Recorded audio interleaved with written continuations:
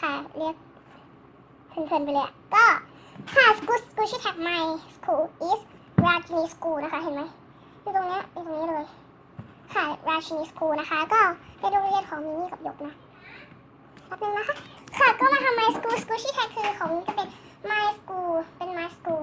is Rajini School นะคะเห็นไหมข้างบนเลยตรงนี้ Rajini School นะคะตัว R ค่ะก็จะเป็นที่เลยอะไรติดschool สมูชมันดีมากคือตามันเปิดข้างหลังเนี่ยตามันเปิดมันก็แข็งมากเพื่อนเห็นไหมฉันว่ามันไม่สโลว์เพื่อนไม่สโลว์จะไม่สโลว์เท่าเพื่อนนะเห็นไหมเอไปไหนคะสกูชี่เอขอหาเอแป๊บนึงเฮ้ย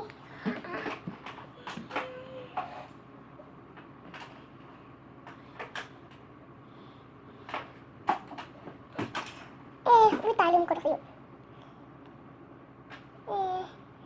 น้ำสโลว์มากค่ะเพื่อนเจค่ะก็ขอเลือกเป็นจัมโบ้แฮมเบอร์เกอร์คืออันนี้ใหญ่อันนี้ไม่ใช่มีเดียมแล้วนะคะอันนี้จัมโบ้แล้วนะเพื่อนๆจัมโบ้มากโอ้ my god แล้วมันก็สโลว์นิดนึงมีเพิ่มมีแฮมเล่นดีไหมแฮมค่ะก็คือมายองเนสจดมีซึ่งก็มาเกลียดไม่ก็เกลียดมายองเนสนะใครที่แบบส่งอะไรแล้วมันมีมายองเนสนะฉันเกลียดเธอ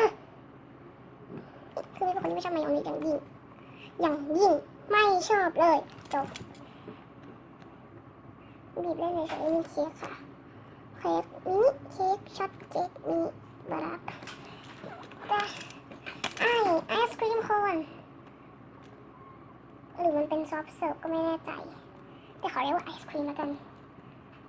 ไอศครีมนะคะหรือว่าซอฟต์เสิร์ฟก็ไม่รู้นะคะเราก็ไม่เข้าใจว่าซอฟต์เสิร์ฟกับไอศครีมคนมันแตกต่างกันยังไงแล้วคือเราขอเลือกเป็นไอศครีมแล้วกันนะคะN เคลียร์ไม่มี N อ่ะขอตัดเป็นนี่นะคะมีเดียมบัชบันสโลตัดเลยไม่เดี๋ยวมาตัดแล้วตัดมันจูชาวาค่ะหรือว่าตัดอะไรดีให้เลือกถึง N นะ A B C D E F G H I J K L M N O P Q R S T U V W เลย A B C D E F G H I J K L M N ชาวาค่ะ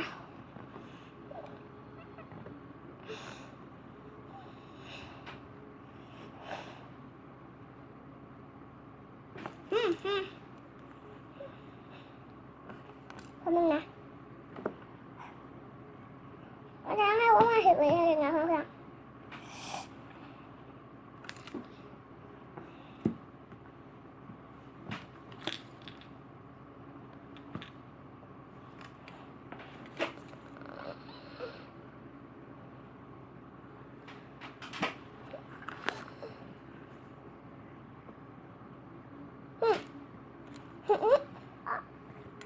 ผม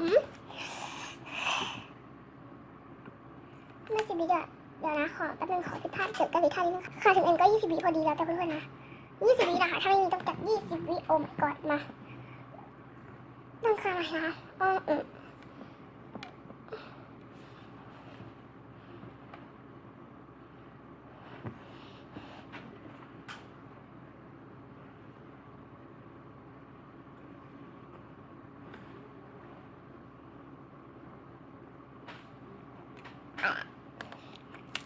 มันรับไม่ได้เลย E นะคะขอเลือกเป็นนี่ค่ะ eclair นะคะ E นะคะเพราะมันไม่ใช่ตัว A นะคะ eclair รู้สึกเลยว่า E มาตลอดนะถ้าเกิดผิดพลาดก็ขอโทษด้วยนะคะค่ะวันนี้มีขอท้าต่อเป็นช่องมินิมูมูสกูชี่กับช่อง Happy Family แล้วกันนะคะบายหยกกี้ด้วยนะบ๊ายบายกดไลค์กดแชร์กด subscribe ให้มี่ด้วยนะบ๊ายบาย